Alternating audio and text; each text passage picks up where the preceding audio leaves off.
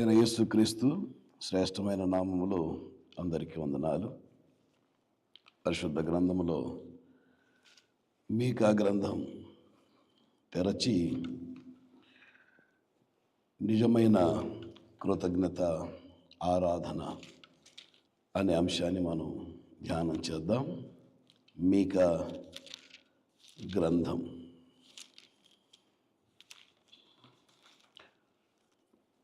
అందరికీ బాగా తెలిసిన వాక్య భాగం, చాలా సుపరిచయం. మీకా గ్రంథం 6వ అధ్యాయం 6వ వచనం, 7వ వచనం, 8వ వచనం. ఈ 3 వచనాలకు టైటిల్ ఏమిటంటే నిజమైన కృతజ్ఞతాస్తుతి ఆరాధన.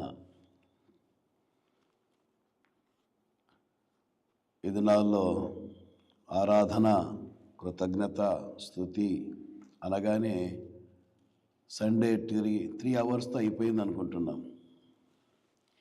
కృతజ్ఞతాస్తుతి ఆరాధన అనేది ఆదివారం 3 అవర్స్తో అయిపోదు. అది లైఫ్ టైం. అది లైఫ్ టైం యాక్టివిటీ ఇన్ ఆ లైఫ్ అన్న సంగతిని దేవుడు మీకాకు తెలియచేశాడు. కాబట్టి ఆ నిజమైన కృతజ్ఞత, స్తుతి, ఆరాధన అనగా ఏమిటో ఈ మీకా గ్రంథం 6వ అధ్యాయము 6వ వచనములో, 7వ వచనములో, 8వ వచనములో మనకు తెలుస్తుంది. ఈ 3 వచనాలలో 3 సంగతులు ఉన్నాయి. ఒకటవది థ్యాంక్స్ రీజనింగ్, కృతజ్ఞత కారణాలు. రెండవది థ్యాంక్స్ ఆఫరింగ్, కృతజ్ఞత కానుకలు. మూడవది థ్యాంక్స్ లివింగ్, కృతజ్ఞత జీవితం. ఈ 3 సంగతులను ఈ మీకా గ్రంథం 6వ అధ్యాయము 6వ వచనములో, 7వ వచనములో, 8వ వచనములో మనం చూస్తాం. ఆ 3 విషయాలు ధ్యానించే ముందు ఒకసారి ఆ 3 వచనాలు చదువుదాం.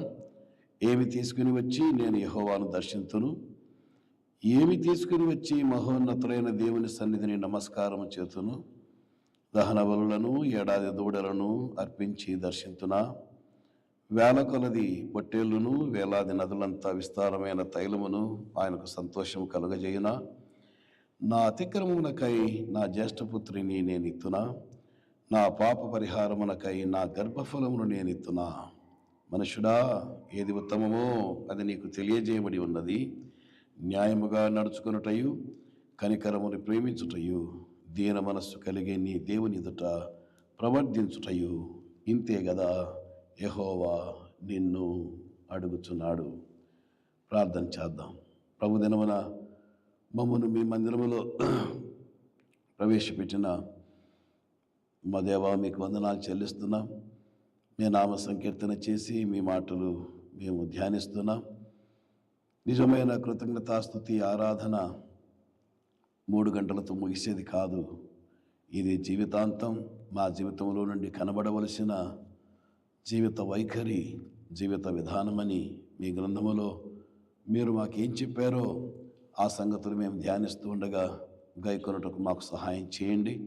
అలాంటి స్తుతి ఆరాధన మీ ఎడల మేము జరిగించుటకు దయపాలించుమని మీ కరుణాహస్తాలకు అప్పగించుకొనొచ్చు ప్రభువైన యేసుక్రీస్తు వారి అతి శ్రేష్టమైన నామములో స్తుతులు చెల్లించి ప్రార్థించి వేడుకొనుచున్నాము తండ్రి. ఆమేన్. నిజమైన కృతజ్ఞతాస్తుతి ఆరాధన అనే అంశములో నంబర్ 1 థ్యాంక్స్ రీజనింగ్, కృతజ్ఞత కారణాలు. మీకా ఈ 6వ అధ్యాయములో దేవునికి కృతజ్ఞతను తెలియచేస్తున్నాడు. కృతజ్ఞత తెలియచేయాలి అంటే కారణాలు ఉండాలి కదా. ఈ 7 అధ్యాయాల్లో 7 కారణాలు ఉన్నాయి. వాటిని మీకా మర్చిపోలేకపోతున్నాడు. వాటిని మర్చిపోలేక గుర్తు చేసుకుంటూ ప్రభు దగ్గరికి వచ్చి, దేవా, ఏమి తీసుకుని వచ్చినా రుణం నేను తీర్చుకోవాలయ్యా అంటున్నాడు.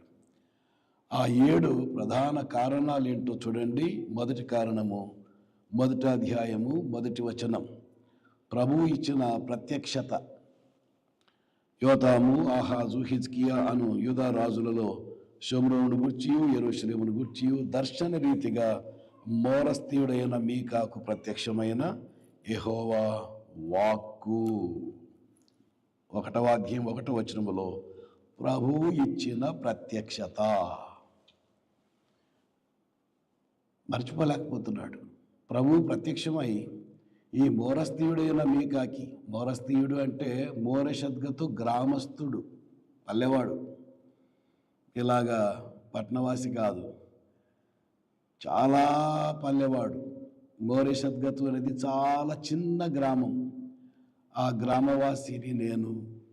అయినా ఇంత చిన్న గ్రామీణుడన్న నన్ను గుర్తు చేసుకుని దేవా, అంత గొప్ప దేవుడవు నాకు ప్రత్యక్షమయ్యావు. ఇది నేను ఎలా మర్చిపోగలను? How can I forget this? నీ ప్రత్యక్షత నేను మర్చిపోలేనయ్యా అన్నట్టుగా గుర్తు చేసుకుంటున్నాడు కాబోలు. నంబర్ 1, ప్రభువు ఇచ్చిన ప్రత్యక్షత. నంబర్ 2, ప్రభువు ఇచ్చిన ప్రవచనం. ఈయన నోట ప్రభువు ప్రవచనం పెట్టాడండి. ఎంత భాగ్యం అది! పాత నోరు తీసేసి కొత్త నోరు ఇచ్చాడనమాట. 1వ అధ్యాయము 5వ వచనం. యాకోబు సంతతి చేసిన తిరుగుబాటును బట్టి ఇశ్రాయేలు సంతతి వారి పాపమును బట్టి ఇదంతయు సంభవించును. యాకోబు సంతతి వారు తిరుగుబాటు చేయుటకు మూలమేది? అది షోమ్రోనే కదా. యూదా వారి ఉన్నత స్థలములు ఎక్కడివి? యెరూషలేములు కావా? కాబట్టి నేను షోమ్రోనును చేనులో ఉన్న రాళ్ళ కుప్పవలే చేసేదను. ప్రభువు ఇచ్చిన ప్రవచనం అటు ఉత్తర రాజ్యములో ఇటు దక్షిణ రాజ్యములో ప్రవచించే పని దేవుడు అప్పగించాడు. బహుశా మీకా ఇలా అనుకుంటాడు, దేవా, పల్లెవాసిని, అనామకుని, నా నోట నీ మాట పెట్టావు. నీ మాట పెట్టి ఆ ప్రవచనాన్ని అటు ఉత్తర రాజ్యములో ఇశ్రాయేలు రాజ్యములో ఇటు దక్షిణ రాజ్యములో యూదా రాజ్యములో ప్రవచించే భాగ్యం నాకు ఇచ్చేవే అని ప్రవచిస్తూ ఆ సంగతులు గుర్తు చేసుకుని తాను కృతజ్ఞత వ్యక్తపరుస్తున్నాడు అనిపిస్తుంది. ఇక్కడ ప్రవచనం, తీర్పు ప్రవచనం దేవుడు ఆయన నోట పెట్టాడు. తీర్పు ప్రవచనమే కాదు, 5వ అధ్యాయానికి వస్తే యేసు ప్రభు యొక్క మొదటి రాకడ ప్రవచనం. 2వ వచనములో బేత్లెహేము ఎఫ్రాతా అని ప్రభు అయిన యేసుక్రీస్తు మొదటి రాకడను గురించిన ప్రవచనం దేవుడు మీకా నోట పెట్టాడు. ఎంత భాగ్యం అండి! అది మీకా మర్చిపోలేకపోతున్నాడు. కనుక ప్రియులారా, 1వది ప్రభువు ఇచ్చిన ప్రత్యక్షత, 2వది ప్రభువు ఇచ్చిన ప్రవచనం.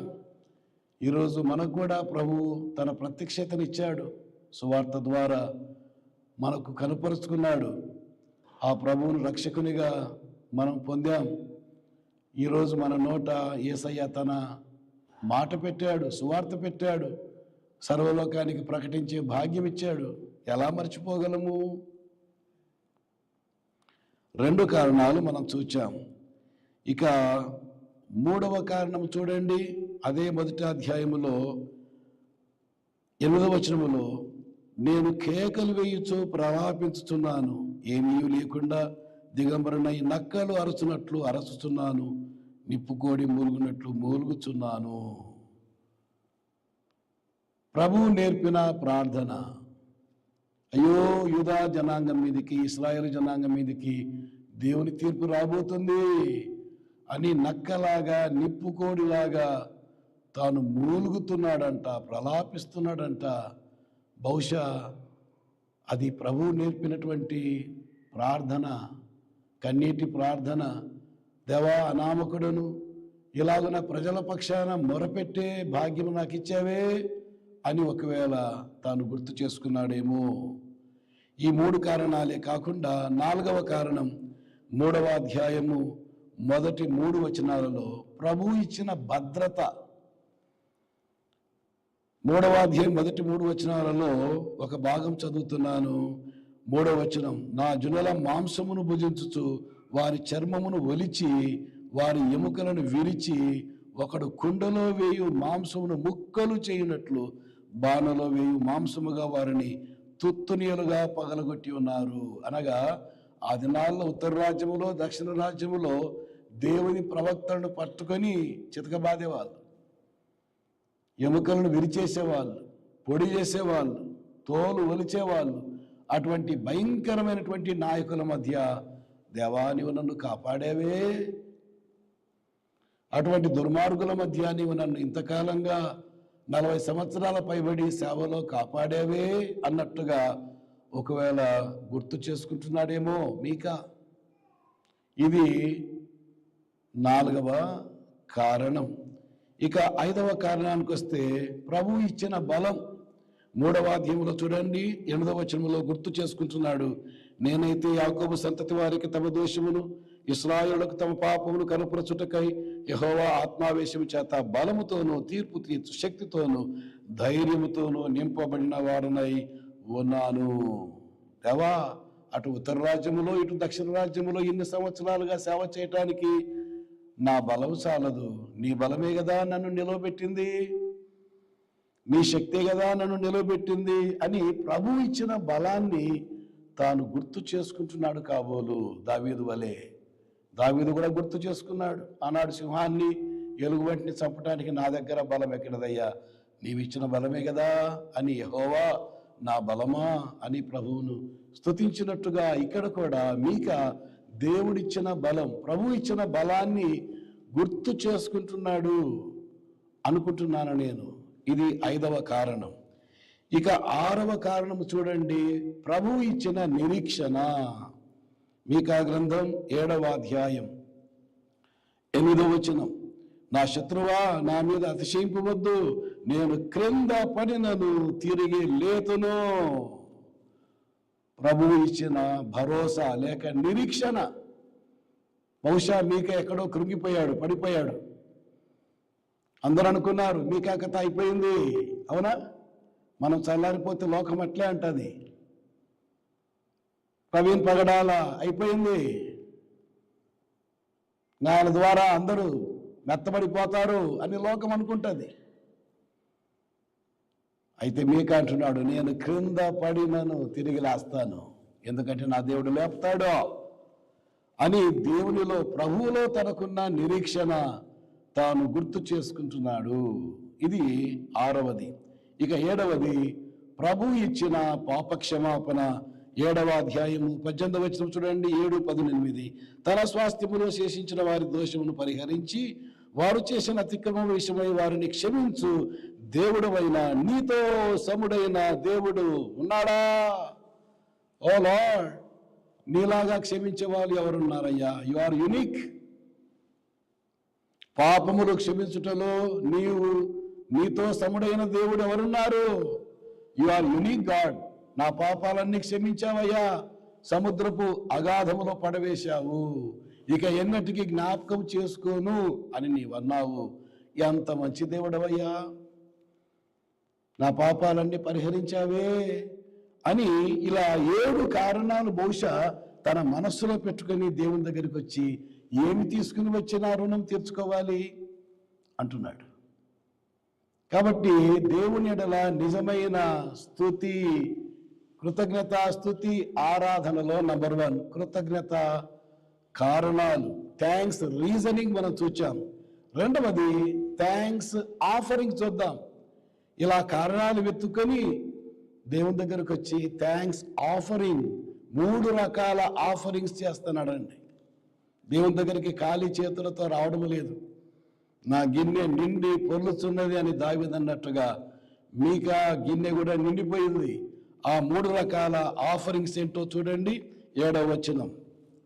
లేక మీకా 6 చూడండి, ఏమి తీసుకుని వచ్చి నేను యెహోవాను దర్శింతును, ఏమి తీసుకుని వచ్చి మహోన్నతుడైన దేవుని సన్నిధిని నమస్కారం చేతును, దహన బలులను 7 దూడలను అర్పించి దర్శింతునా, వేల కొలది పొట్టేళ్లను.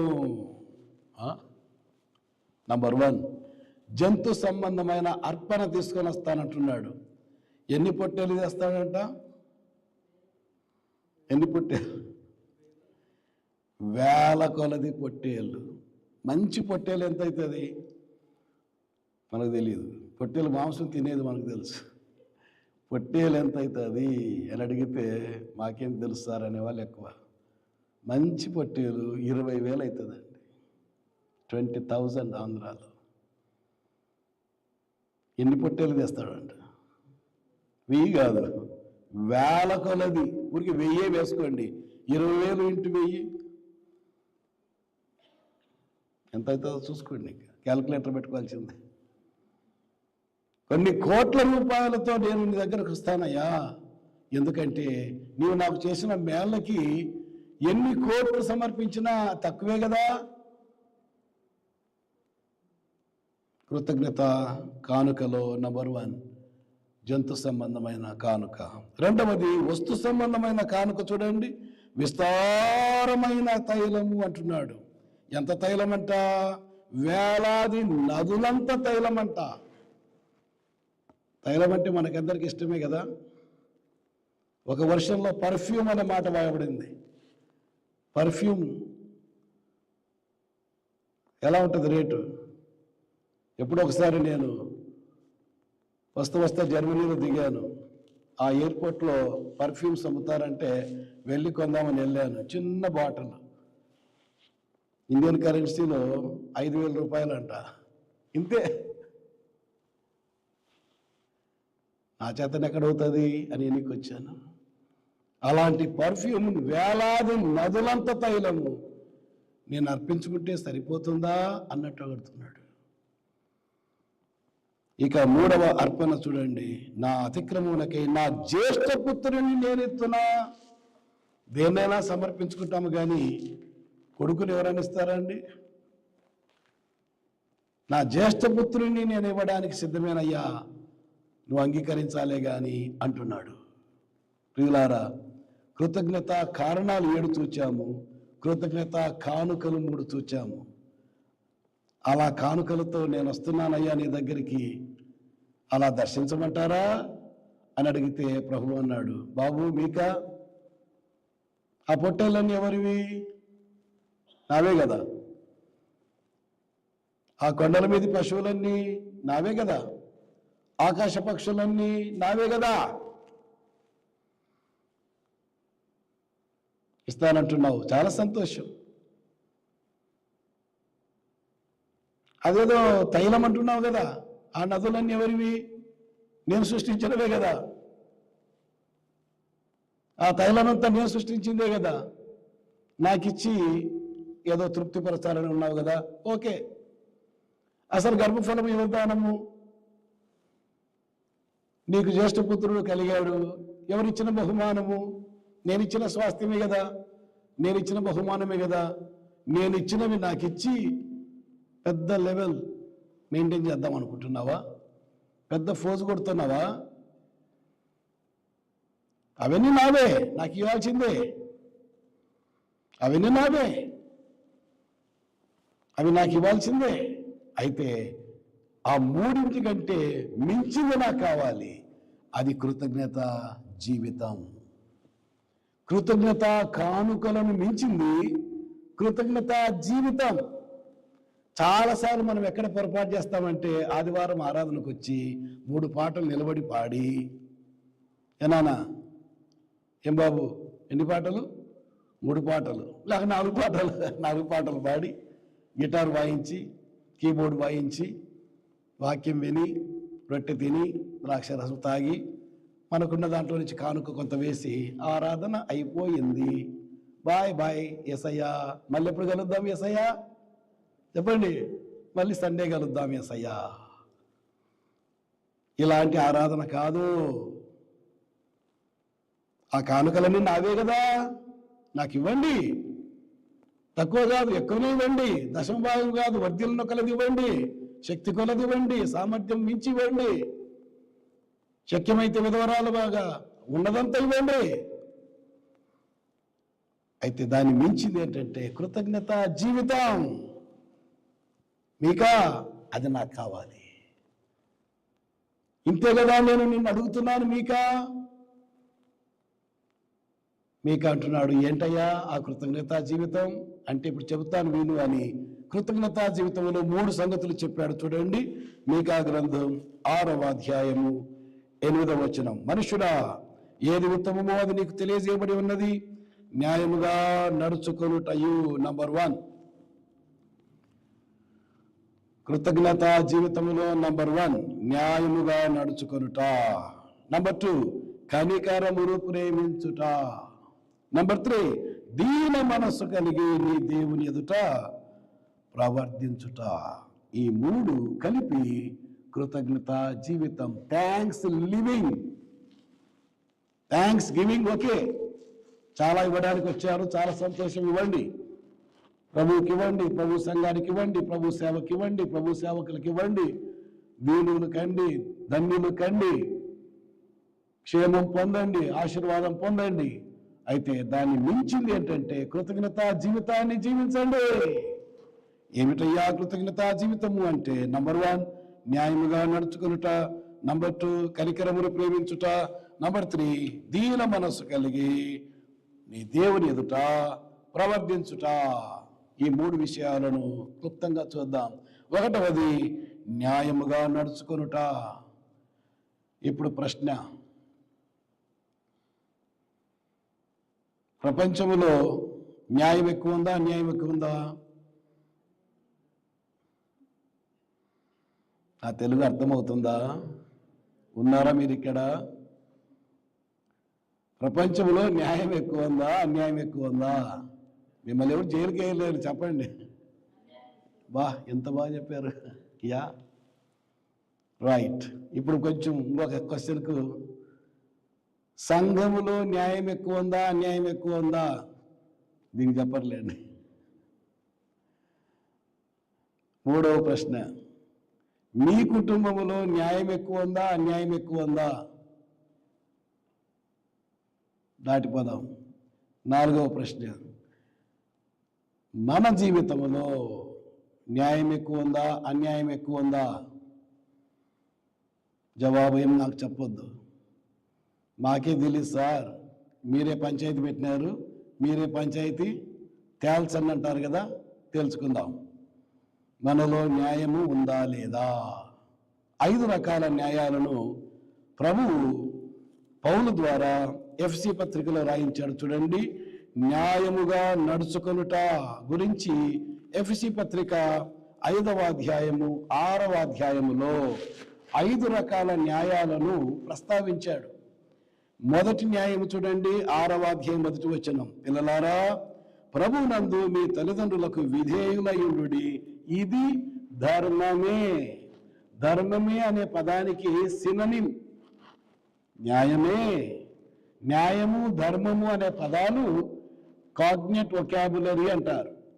కాగ్నిట్ వొకాబులరీ అంటే దాదాపు దగ్గరి అర్థాన్ని ఇచ్చే పదాలు అని అర్థం. ఎగ్జాక్ట్ కాదు, దగ్గరి అర్థాలు ఇచ్చే పదాలని కాగ్నిట్ వొకాబులరీ అంటారు. ధర్మమే, న్యాయమే. పౌలు అంటున్నాడు, పిల్లలారా, నంబర్ 1 పిల్లలకు న్యాయం. పిల్లలు ఏం చేయాలి? పిల్లలకు న్యాయం ఏంటి? తల్లిదండ్రులకు మీరు విధేయులు కండి, నీకు మేలు కలుగునట్టు నీ తండ్రిని తల్లిని సావగొట్టును. అంతేనా? ఏముంది? మీ తండ్రిని తల్లిని సన్మానింపుము, అప్పుడు నీవు భూమి మీద దీర్ఘాయుష్మంతుడు వగదు. నంబర్ 1 పిల్లలమైన మనకు తల్లిదండ్రులు ఉన్నారా లేదా? ఉన్నారా లేదా? తల్లిదండ్రులు మనకు 2 రకాలు. ఒకటవది ఏంటి? బయలాజికల్, భౌతికమైన తల్లిదండ్రులు. రెండవది మీరే చెప్పాలి, ఆత్మీయమైన తల్లిదండ్రులు. ఉన్నారా లేదా? వారికి లోబడుతున్నామా? వారు చెప్పిన మాట వింటున్నామా? అసలు గౌరవిస్తున్నామా తల్లిదండ్రులని? మనము యుఎస్లో ఆ కల్చర్ లేస్తారంటారా? దేశంలో లేకపోవచ్చు, దైవ రాజ్యాంగంలో ఉంది. దానికి ఏది సాటి రాదు. వారిని సన్మానించండి, వారికి లోబడండి. ఇది న్యాయము, ఇది ధర్మము. సంస్కృతంలో ఒక మంచి సూక్తి ఉంది, ధర్మో రక్షతి రక్షితః అంటే ధర్మాన్ని రక్షించండి, చెప్పండి, అది మిమ్మల్ని రక్షిస్తుంది. ఇవన్నీ మర్చిపోయామా మనము? ఉందా ఈ న్యాయము?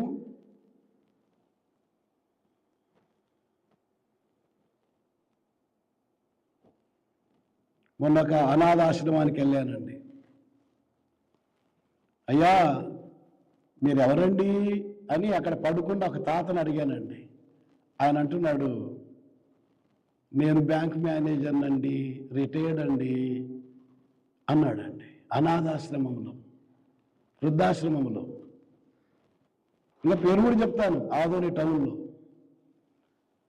నేను బ్యాంక్ మేనేజర్ అండి, రిటైర్ అయ్యానండి, ఇప్పుడు ముసలివాణ్ణండి అంటే నేను అన్నాను, మీకు పిల్లలు లేరా అండి అన్నాను. అయ్యో పిల్లలు లేరని అంటారేంటండి, 3 ఉన్నారండి. మరి ఎక్కడున్నారు వాళ్ళు? ఆయన అంటున్నాడు, ఒకరు అమెరికాలో ఉన్నారండి, ఒకరు ఇంగ్లాండ్లో ఉన్నారండి, ఒకరు ఆస్ట్రేలియాలో ఉన్నారండి. మరి వాళ్ళు ఏం పట్టించుకోరా మిమ్మల్ని అంటే ఎప్పుడో వదిలేశారండి. ఈ మాట యథార్థంగా అన్నాడు. వృద్ధాప్యంలో ఉన్నారు తల్లిదండ్రులు కాబోలు. వారి గురించి ప్రార్థిస్తున్నామా, పలకరిస్తున్నామా, ఆదరిస్తున్నామా, సన్మానిస్తున్నామా? గుర్తున్నారా వాళ్ళు? పిల్లలారా, న్యాయం పాడండి, ప్రభుని ఆరాధించండి, మంచిది. స్తుతులు చెల్లించండి, మంచిది. కానుకలు అర్పించండి, మంచిది. వాట్ అబౌట్ కృతజ్ఞత జీవితం, న్యాయముగా నడుచుకొనుట, తల్లిదండ్రుల పట్ల గౌరవం ఏది నీకు? వాడిని ఎవరిని ఆదరిస్తున్నాం మనం? ఎవరిని గౌరవిస్తున్నాం మనం? ఎవరిని సహాయం చేస్తున్నాం మనం? అంత వయసు వచ్చింది, తల్లికి ఏం హెల్ప్ చేస్తావు నువ్వు? తండ్రికి ఏం హెల్ప్ చేస్తున్నావు? సన్మానం అంటే ఏదో గులాబ్ పువ్వు ఇచ్చి ఐ లవ్ యూ డాడీ చెప్పడం కాదు. కనుక మొదటిగా ఈ న్యాయాన్ని ఆలోచించండి. 1వదిగా పిల్లలకు న్యాయం, 2వదిగా తల్లిదండ్రులకు న్యాయం. చూడండి 6వ అధ్యాయం 4వ వచనం, తండ్రులారా మీ పిల్లలకు కోపము రేపక ప్రభు యొక్క శిక్షలోను బోధలోను వారిని పెంచండి. తల్లిదండ్రులకు న్యాయం. ఇక్కడ తల్లిదండ్రులు ఉన్నారు, మీ పిల్లలకు ఎంత బోధ నేర్పించారు, ఎంత బోధలో పెంచగలుగుతున్నాము, భోజనములో పెంచగలుగుతున్నాం, అనుమానం ఏం లేదు. 3 పూట్ల భోజనం ఏం తక్కువ లేదు. మరి బోధ సంగతి ఏంటి? ఎంత నేర్చుకున్నారు మన పిల్లలు బోధ? ఎంత క్రమశిక్షణ నేర్చుకున్నారు? వారికి నేర్పించగలుగుతున్నామా? బైబిల్ నేర్పించగలుగుతున్నామా? వారు రక్షణ పొందారా? పరలోక రాజ్యానికి వారసులయ్యారా? గ్రంథాన్ని చదువుతున్నారా? మోకాల మీద పడి ప్రార్థన చేస్తున్నారా? అటువంటి రీతిగా బోధలో పెంచబడ్డారా పిల్లలు?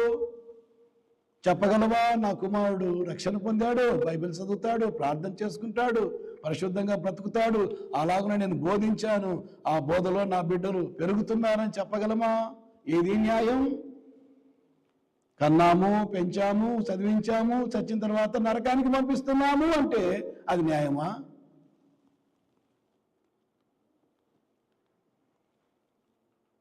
మన కళ్ళ ముందు మన పిల్లలు లోకాన్ని విడిచి నరకానికి వెళ్ళిపోతున్నారంటే అది న్యాయమా నీకు? మీకా? ఈ సంగతి చెప్పయ్యా. కనుక మన పిల్లలు రక్షణలోనికి రావాలి, ప్రభువు బోధలోనికి రావాలి. 1వది పిల్లలకు న్యాయం. తల్లి తండ్రి తిని తినక మన కొరకే డబ్బులు ఖర్చు పెట్టారండి, మనల్ని చదివించారండి. వాళ్ళు పాత చెప్పులు వేసుకున్నారు, మన కొత్త బూట్లు కొనిచ్చారు. వాళ్ళు పాత బట్టలు వేసుకున్నారు, మనకు సూటు బూట్లు కొనిచ్చారు. వారు ఎద్దుల బండి మీద తిరిగారు, జట్కాలో తిరిగారు, మనల్ని జెట్ ఫ్లైట్లో పంపించారు. ఆ తల్లిదండ్రులను సన్మానిస్తున్నామా? ఎంతవరకు వచ్చింది ఆ సన్మానం? 1వది పిల్లలకు న్యాయం, 2వది తల్లిదండ్రులకు న్యాయం, 3వది దాసులకు న్యాయం. చూడండి 6వ అధ్యాయం 6వ వచనం 5వ వచనం, దాసులారా యథార్థమైన హృదయం గలవారై భయముతోనూ వణకుతోనూ క్రీస్తునకు వలె శరీర విషయమై మీ యజమానుల వారికి విధేయులై ఉండండి. ప్రభువుకు చేసినట్టుగా మీరు వారికి సేవ చేయండి. 7వ వచనం, మనుషులు చేసినట్టు కాక ప్రభువులకు చేసినట్టు ఇష్టపూర్వకముగా సేవ చేయండి. దాసులకు న్యాయం, పనివారికి న్యాయం. దేవుడు మనకు పని ఇచ్చాడండి. Be happy. దేవా, నీవు నాకు ఇచ్చిన ఉద్యోగాన్ని బట్టి నీకు స్తోత్రం. వారికి కాదు నేను చేసేది, నీకు చేసినట్టుగా నమ్మకంగా చేస్తాను. నా యజమాని దగ్గర బలా నమ్మకమైన మంచి దాసుడాన్ని మెప్పు పొందుతానయ్యా, నీకు మహిమ తెస్తానయ్యా, నిన్ను చూపిస్తాను. నేను నా ఒక్క వర్క్ పాయింట్లో క్రైస్తవుడు అంటే ఇలాంటి వాడా, ఇంత నమ్మకంగా చేస్తాడా అని నీకు మహిమ తెస్తానయ్యా అని పని చేయటమే న్యాయము. అది జరుగుతుందా? ఇక 4వ న్యాయం చూడండి, 5వ అధ్యాయం 22వ వచనం, స్త్రీలారా ప్రభువునకు వలె మీ సొంత పురుషులకు తిరుగుబాటు చేయండి. ఉన్నారా? కరెక్టే చదివానా? నేను కరెక్టే చదివానా?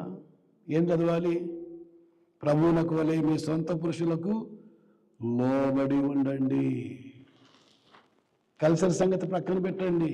Bible, back to the Bible. భర్తలకు లోబడి ఉండండి. ఏ ఇంటిలో అయితే స్త్రీ తన భర్తకు లోబడి సబ్మిసివ్గా ఉంటుందో ఆ ఇంటిలో పరలోకాన్ని చూడొచ్చు. తిరుగుబాటు చేయకుండా, వ్యతిరేకత కనబరచకుండా, నేను కూడా నీకంటే 10 రూపాయలు ఎక్కువనే సంపాదిస్తున్నాను, నేను నీ మాట వినాలనా అనేది వచ్చేసిందా? వస్తుంది కూడా. నేను నీకంటే ఏం తక్కువనా ఎక్కువనా? ఏం తక్కువ కాదు. అయితే బైబిల్ ఏమంటుంది? ఆయన నీకు శిరస్సు. లోబడి చూడు ఎంత బాగుంటుందో జీవితం. నా భార్య నాకంటే ఎక్కువ చదువుకుందండి, నాకంటే భక్తి పరురాలు ఆమె, నాకంటే యథార్థ పరురాలు, సేవలో నాకంటే ఎక్కువ సేవ చేస్తుంది, నాకంటే జ్ఞానవంతురాలు, కానీ ఎన్నడూ నా మీద తిరుగుబాటు చేయదు, లోబడి ఉంటుంది. గనుకనే నా ఇల్లు చిన్న స్వర్గం.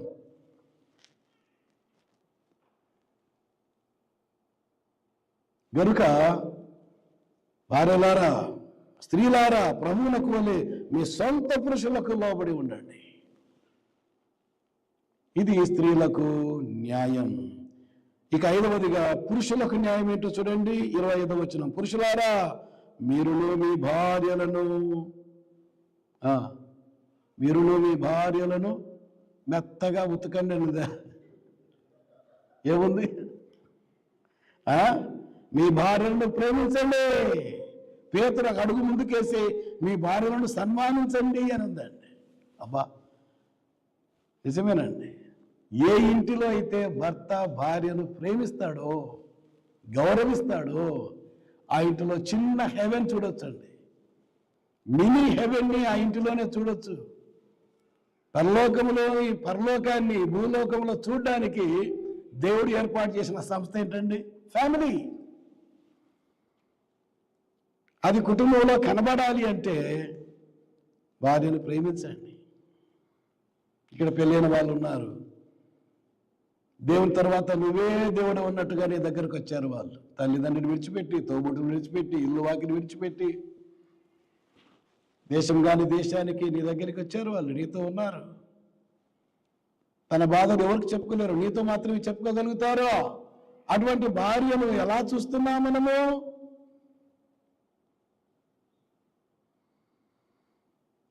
ప్రేమించండి. ఈరోజు ఇంత ఆరోగ్యంగా ఉన్నామంటే ఎవరు కారణం? మీరు కూడా వంట చేస్తారులే, అమెరికాలో చూస్తున్నాం, కానీ వాళ్ళు చేస్తారు, మీరు చేస్తారు, మంచిదే, చాలా సంతోషం. కానీ ఎక్కువ శాతం ఎవరు చేస్తారు? వాళ్ళే కదా చేసేది. ఇంత ఆరోగ్యంగా మనం ఉండగలుగుతున్నాం అన్నప్పుడు వారి చెయ్యి, ఒక తల్లి తర్వాత నీకు ఎక్కువ సేవ చేసేది ఎవరు? గాడకి తెలియదు, లేక పెళ్లి కాదు కాబట్టి. తల్లి తర్వాత ఎక్కువ సేవ చేసేది ఎవరు? జీవితకాలం వల్ల నీతో ఉండేది ఎవరు? భార్యనే కదా. ఆ భార్యని నిష్ఠూరు పెట్టొచ్చా? బాధ పెట్టొచ్చా, హింసించవచ్చా, కొట్టొచ్చా, తిట్టొచ్చా? న్యాయమా ఇది? క్రైస్తవ గృహాల్లో ఇది తగునా అని బైబిల్ అంటుంది. ఈ న్యాయాలు పాటించండి, ప్రపంచానికి చూపించండి. క్రైస్తవ దంపతులు అంటే పరలోకం అండి. వాళ్ళు పరలోకం చూడాలంటే వాళ్ళ ఇంటికి వెళ్ళాలి. మనం ఆ భర్త ప్రేమను చూడాలి, ఆ భార్య విధేయతను చూడాలంటే ఆ ఇంటికి వెళ్దాం కదండి. చిన్న హెవెన్ చూడొచ్చు. మొన్న ఒక పాపను అడిగానండి, పాప బీఎస్సీ నర్సింగ్ అయిపోయింది కదా అని అంటే, అయిపోయింది సార్ అన్న. నేను అన్నాను, మరి నెక్స్ట్ ఏంటిరా అన్నాను. జాబ్ సార్ అనింది. జాబ్ తర్వాత ఏంటి అన్నాను. జీతం సార్ అనింది. జీతం తర్వాత ఏంటి అన్నాను. మంచి ఇల్లు కొంటాను సార్ అనింది. ఇల్లు కొన్న తర్వాత ఏం కొంటావు, ఏం చేస్తావు? కారు కొంటాను సార్ అనింది. తర్వాత ఏం కొంటావు? ఇంటికి కావాల్సినవన్నీ కొనుక్కుంటాను సార్. ఓకే, నెక్స్ట్ ఏంటంటే ఇవే చెప్తుంది కానీ పెళ్లి సంగతి చెప్పదండి. నేనుండి పెళ్లి చేసుకోవమ్మా అన్న. ఆ పాప ఏమని తెలిసిందా? చాలా చక్కగా ఉంటుందండి ఆ పాప, చాలా తెలివిమంతురాలు. ఏమని తెలిసిన? బుద్ధి ఉంటే పెళ్లి చేసుకోకూడదు సార్ అని. మనిషానంగా బుద్ధి ఉంటే పెళ్లి చేసుకోకూడదా? ఏమ్మా నాకు చెప్తున్నావు? నా వయస్సు 63 తల్లి అన్నాను నేను. అంటే నీ బుద్ధి లేకుండా పెళ్లి చేసుకున్నానా? మీ సంగతి నాకు తెలియదు సార్, పెళ్ళి నేను చేసుకోను సార్ అనింది. ఏంట్రా, ఏం తక్కువైంది నీకు అన్నాను. సార్, మా నాన్న మా అమ్మను కొట్టని దినము లేదు, మా అమ్మ మా నాయన్ని తిట్టని దినము లేదు. వారిద్దరు కొట్లాడుకుంటూ తిట్లాడుకుంటుంటే నేను ఏడవని దినము లేదు నా జీవితంలో. సంసారం అంటే కొట్లాటలు, తిట్లాటలు, కన్నీరు అంటే ఎందుకు సార్ ఆ పెళ్ళి? ఎందుకు? అది అవసరమా అంటుందండి. నేను అన్నాను, మీ నాన్న పేరు ఏం పేరమ్మా అంటే, మా నాన్న పేరు జాన్ అండి అనింది. మీ మమ్మీ పేరు ఏం పేరంటే, మా మమ్మీ పేరు మేరీ అండి అన్నారు. క్రైస్తవ దంపతులు అండి వాళ్ళు. కొట్లాడని దినము లేదు, తిట్లాడని దినము లేదు. మా ఇల్లు ఒక నరకం సార్ అనిందండి. మా ఇల్లు నరకము. చూసారా ఎలాంటి సాక్ష్యాలు ఉన్నాయో ప్రపంచంలో? మీ ఆరాధన బాగుంది, మీ కానుకలు బాగున్నాయి, మరి జీవితం సంగతి ఏంటి? కృతజ్ఞతా జీవితంలో నంబర్ 1 న్యాయముగా నడుచుకొనుట. నంబర్ 2 కనికరమును ప్రేమించుట. 4 మాటలు చెప్తాను నేను. కనికరమును ప్రేమించుట అనగా ప్రజలను కనికరించుట నంబర్ 1. ఇక్కడ అదే చూశాడు. ప్రజలను ఎందుకు కనికరించాడు యేసయ్య? వాళ్ళు ఎలా ఉన్నారంటే గొర్రెలంట. గొర్రెలాగా ఉన్నారు ప్రజలు. రెండవది, వారు కాపరి లేని గొర్రెలాగా ఉన్నారట. మూడవది, వారు విసిగిపోయిన గొర్రెలాగా ఉన్నారట. నాలుగవదిగా, వారు చెదరిపోయిన గొర్రెలాగా ఉన్నారట. ఐదవదిగా 10వ అధ్యాయం 6వ వచనములో, వారు నశించిన గొర్రెలాగా ఉన్నారట. మన చుట్టూ ఉన్న స్నేహితులు, మన చుట్టూ ఉన్న బంధువులు, మన వీధిలో ఉన్నవారు, మన అపార్ట్మెంట్లో ఉన్నవారు, మన దేశంలో ఉన్నవారు, మనతో పనిచేస్తున్న వారి గురించి మీరు ఆలోచించండి, చూడండి. యేసయ్య చూచాడు, జన సమూహాలను చూచాడు, ఎయిర్పోర్ట్లో చూచాడు, బస్ స్టేషన్లో చూచాడు, రైల్వే స్టేషన్లో చూచాడు, యూనివర్సిటీలో చూచాడు, లైబ్రరీలో చూచాడు. ఎక్కడ చూసినా జనాలు కనబడుతున్నారు. ప్రజలు ఎలా ఉన్నారయ్యా అంటే ప్రభు అంటున్నాడు, వారు గొర్రెలు, కాపరి లేని గొర్రెలు, విసిగిపోయిన గొర్రెలు, చెదిరిపోయిన గొర్రెలు, నశించిన గొర్రెలు, నరకానికి వెళ్తున్న గొర్రెలు అని నీకు తెలుసు కదా. మీకా కనికరించవా నీవు? కనికరమును ప్రేమించుట అనగా వారి మీద కనికరపడుట. ఆయన కనికరపడ్డాడు. కనికరపడుట అంటే ఏంటి? కనికరపడుట అనగా ఆయన కళ్ళతో చూచుట. యేసయ్య కళ్ళతో మానవుణ్ణి చూస్తే, యేసయ్య ఎటువంటి కళ్ళతో చూచాడు? అయ్యో నా ప్రజలు, వారి కొరకై నేను ప్రాణం పెట్టాను, తిరిగి లేచాను, కానీ కాపరినైన నన్ను, మంచి కాపరినైన నన్ను, గొప్ప కాపరినైన నన్ను, ప్రధాన కాపరినైన నన్ను ఎరుగక ఈ ప్రజలు నరకాగ్ని గుండానికి వెళ్తున్నారే. నాతో పరలోకంలో నిత్య జీవములో ఉండవలసిన వారు నిత్య నరకానికి వెళ్తున్నారే అని ఆ కళ్ళతో చూడటం. ప్రజలను చూడటప్పుడు అట్లా చూడాలి. వారిని చూసినప్పుడు అబ్బా, ఆహా, ఓహో అనిపిస్తుంది మనకి. కానీ వారి అంతమేంటి? నరకాగ్నిగుండమేగా. వారు ఎంతటి వారైనా ఆ కళ్ళతో చూడండి. కనికరమును ప్రేమించుట అనగా ప్రభువు కళ్ళతో చూచుట నంబర్ 1. నంబర్ 2, ఏం చేయాలో చూచి నిద్రపోండి దుప్పటి కప్పుకొని అంటున్నాడా? ఏం చేయాలంట చూడండి, అక్కడ చెప్తున్నాడు 38వ వచనం. కోత విస్తారమే కానీ పనివారు కొద్దిగా ఉన్నారు కనుక తన కోతకు పనివారిని పంపమని కోత యజమానుని వేడుకొనుడి. Number 1 కనికరపడుడి, number 2 వేడుకొనుడి. అంటే ఏమర్థము? ఏం వేడుకొనుడి అంటే వేడి నీళ్ళ స్నానం ఆడుకోండానే. వేడుకొనుడు అంటే ప్రార్థించండి అయ్యా, ప్రార్థించండి. టేక్ టైం, 24 గంటల్లో టైం తీసుకొని, అయ్యా కోత యజమానుడా సాక్రమెంట్కి పనివారిని పంపించండి, యూనివర్సిటీస్ పనివారిని పంపించండి, నార్త్ ఇండియాకు పనివారిని పంపించండి, కమ్యూనిస్ట్ కంట్రీస్కి పనివారిని పంపించండి, ఇస్లామిక్ కంట్రీస్కి పనివారిని పంపించండి, ధైర్యంగా బోధించడానికి పనివారిని పంపించండి, అమెరికాకు పనివారిని పంపించండి. వేడుకనండి.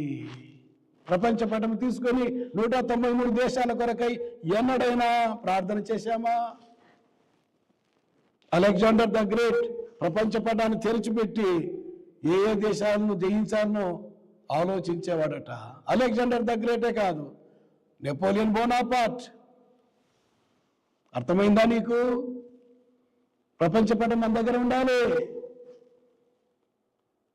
ఏ దేశాల్లో సువార్త లేదో అక్కడ పనివారు కావాలి అని ప్రార్థించేవారు ఎవరు? నీవు నేను ప్రార్థించకపోతే ఇంకెవరు ప్రార్థిస్తారు? అన్ని తెలిసిన మనమే ప్రార్థన చేయకపోతే ఇంకెవరు చేస్తారు? ఇప్పుడు చేయకపోతే ఇంకెప్పుడు చేస్తాం? 1వది ప్రభు కనులతో చూచుట, 2వది ప్రార్థన చేయుట. అయ్యా నార్త్ ఇండియాలో, కాశ్మీర్లో, నాగాలాండ్లో పనివారు కావాలయ్యా, తెలంగాణలో పనివారు కావాలి, పనివారు పంపండి అయ్యా. కంబోడియాకు పంపండి, క్యూబాకు పంపండి, ఆఫ్ఘనిస్తాన్ పంపండి, పాకిస్తాన్కు పంపండి అయ్యా. సంఘాలకు భారం కలిగించండి, యవనస్తులకు భారం కలిగించండి అని 1వదిగా ప్రభు కళ్ళతో ప్రపంచాన్ని చూచి కనికరపడాలి. 2వదిగా ప్రార్థన చేయాలి. 3వదిగా ఏం చేయాలి? 10వ అధ్యాయము 6వ వచనము, ఇశ్రాయేలు వంశంలోని నశించిన గొర్రెల యొద్దకే వెళ్ళండి. 3వది వెళ్ళండి, వెళ్ళండి. ఎంతవరకు వెళ్తారో వెళ్ళండి. అపొస్తల కార్యములు 1:8 అన్నాడు, మీరు వెళ్ళండి, యెరూషలేం వెళ్ళండి, యూదయ వెళ్ళండి, సమరయ వెళ్ళండి, భూదిగంతల వరకు వెళ్ళండి. ఆ మాట పట్టుకొని విలియం కేరీ మన దగ్గరకు వచ్చాడు, తోమా మన దగ్గరకు వచ్చాడు, మన దేశం ధన్యమైంది. ఫాక్స్ ద్వారా మన మధ్యకు వచ్చాడు, మన దేశం ధన్యమైంది. అలా మిషనరీస్ వచ్చారు కాబట్టి మనం రక్షణలోనికి రాగలిగాము. వారు వచ్చారులే, మరి మనం ఎప్పుడు వెళ్ళాలి? వాళ్ళు ఖండాలు ఖండాలు, దేశాలు దేశాలు దాటొచ్చారు. మనము కూడా అండాలు అండాలు, ఖండాలు కాదు ఏంటి, వాళ్ళు ఖండాలు దాటితే మనం అండాలు ఖాళీ చేస్తున్నాం, వాళ్ళు దేశాలు దాటితే మనం దేశాలు ఖాళీ చేస్తున్నాం. తిని అక్కడే ఉంటాం అన్నమాట. కనీసం పక్కింటికి వెళ్దామా, పక్క మీదకి వెళ్దామా, యూనివర్సిటీకి వెళ్దామా, ఎక్కడికైనా వెళ్దామా, 4 పత్రికలు తీసుకొని వెళ్దామా? వెళ్ళండి, వెళ్ళండి.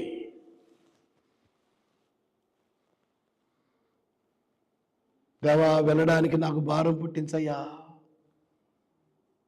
వెళ్ళగలిగితే మీరు వెళ్ళండి, వెళ్ళలేకపోతే కనీసం వెళ్ళేవారినైనా పంపండి.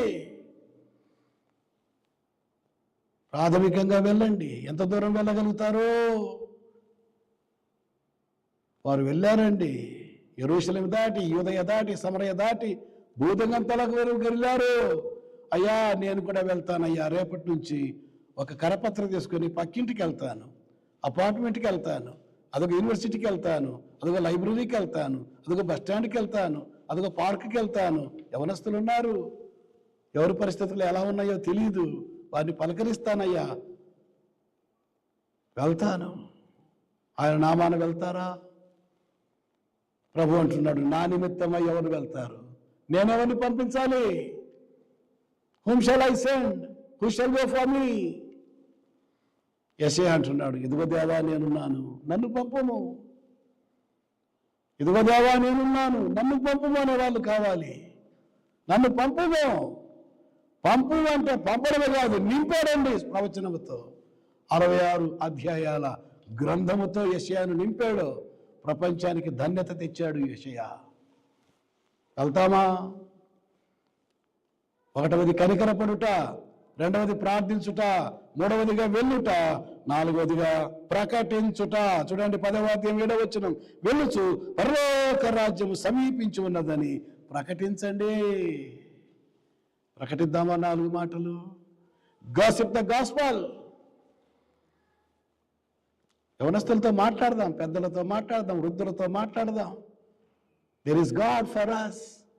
He is preparing mansions for us. He died for us on the cross of Calvary. He gives us peace. He gives us forgiveness of sins. పాపాల క్షమాపణ ఇస్తాడు, క్రొత్త సృష్టిగా చేస్తాడు, క్రొత్త హృదయం ఇస్తాడు, క్రొత్త బ్రతుకునిస్తాడు. గొంగలి పురుగు సీతాకోకల చిలుకగా మారినట్టుగా, క్యాటర్పిల్లర్ బటర్ఫ్లైగా మారినట్టుగా నీ జీవితాన్ని, నా జీవితాన్ని ఆయన క్రొత్త జీవితముగా మారుస్తాడు అని ప్రజలకు చెబుదాం. మనం చెప్పకపోతే ఎవరు చెబుతారు? ప్రకటించండి. సర్వలోకానికి వెళ్ళి సర్వసృష్టికి ప్రకటించండి. ప్రియులారా, న్యాయముగా నడుచుకునుటయు, 2వది కనికరమును ప్రేమించుటయు. కనికరమును ప్రేమించుట అనగా ప్రభు కళ్ళతో చూచుట, ప్రార్థన చేయుట, పరుగులెత్తుట, ప్రకటించుట.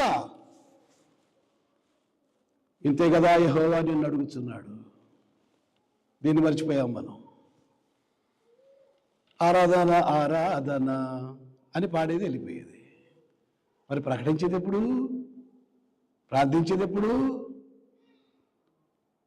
ఆరాధన అంటే ఆరాధన అయిపోయినట్ట? ఐ లవ్ యూ అంటే లవ్ చేసినట్ట? కాదు కదా.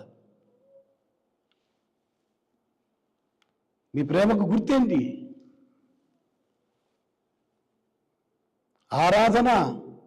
ఆరాధనకు గుర్తేంటి? ఆయన గురించి 4 మాటలు చెప్పకుండా నిష్టే అది ఆరాధననా? గనుక తీవ్రంగా ఆలోచిద్దాం. 1వదిగా న్యాయముగా నడుచుకునుట, 2వదిగా కనికరమును ప్రేమించుట, 3వది చెప్పండి దీన మనస్సు కలిగి ప్రవర్తించుట. ఒకే ఒక మాట చూపించి ముగిస్తాను. దీన మనస్సు కలిగి ప్రవర్తించండి అంటున్నాడు. లూకాసు వార్తలో ఒక్క మాట చూడండి చాలు.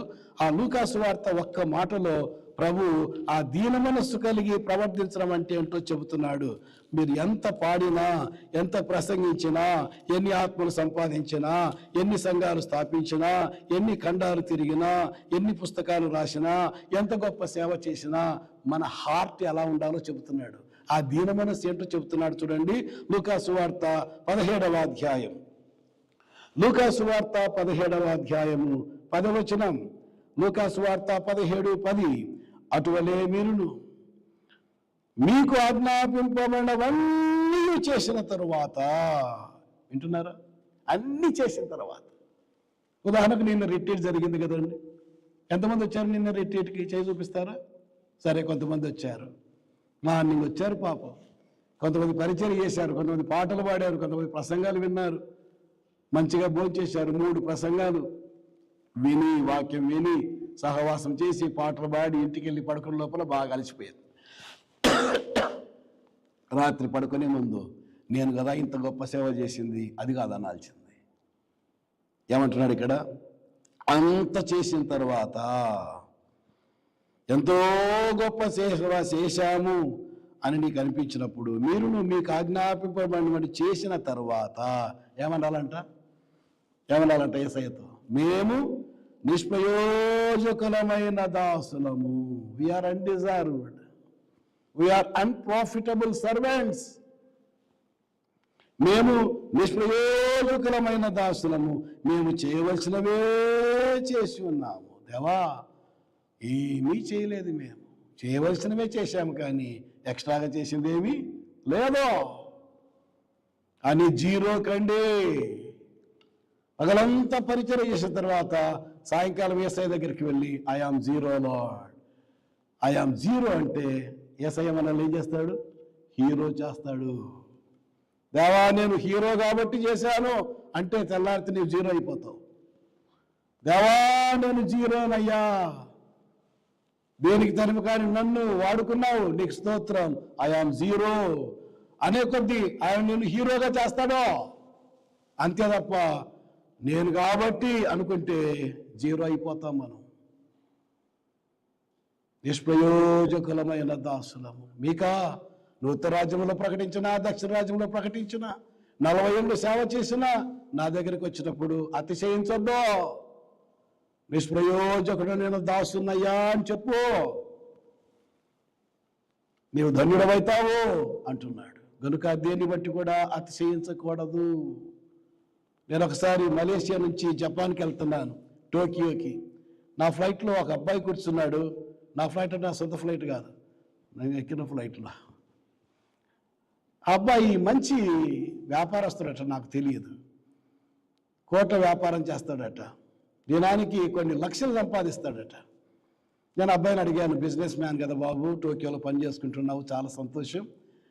బిజినెస్లో ఒక సూత్రం నాకు చెప్పు, బిజినెస్లో బాగా రాణించాలంటే ఒక సూత్రం చెప్పు, ఒకటే చెప్పు చాలు నాకు, నువ్వు ఫాలో అయ్యే సూత్రం నాకు చెప్పు అన్నాను.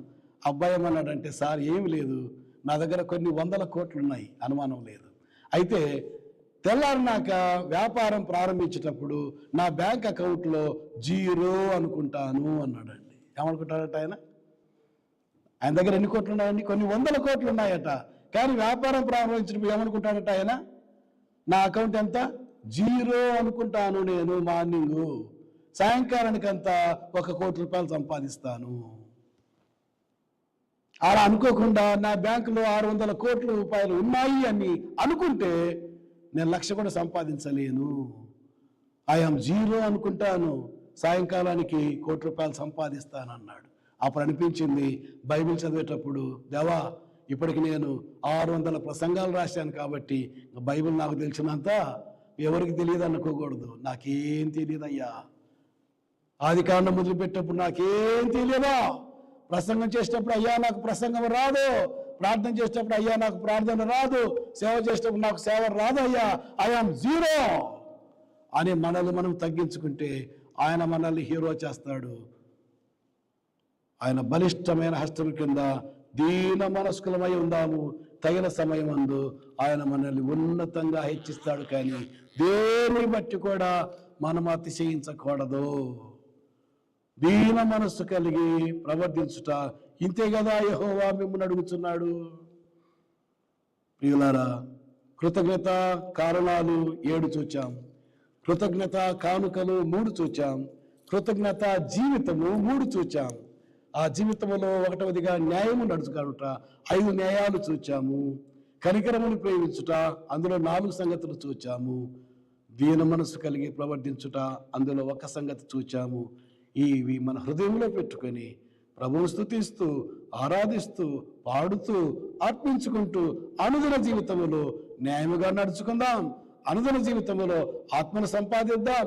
అనుదిన జీవితంలో అణిగి మణిగి బ్రతుకుదాం. అట్టి కృప దేవుడు మనకు సమృద్ధిగా దయచేస్తాడు.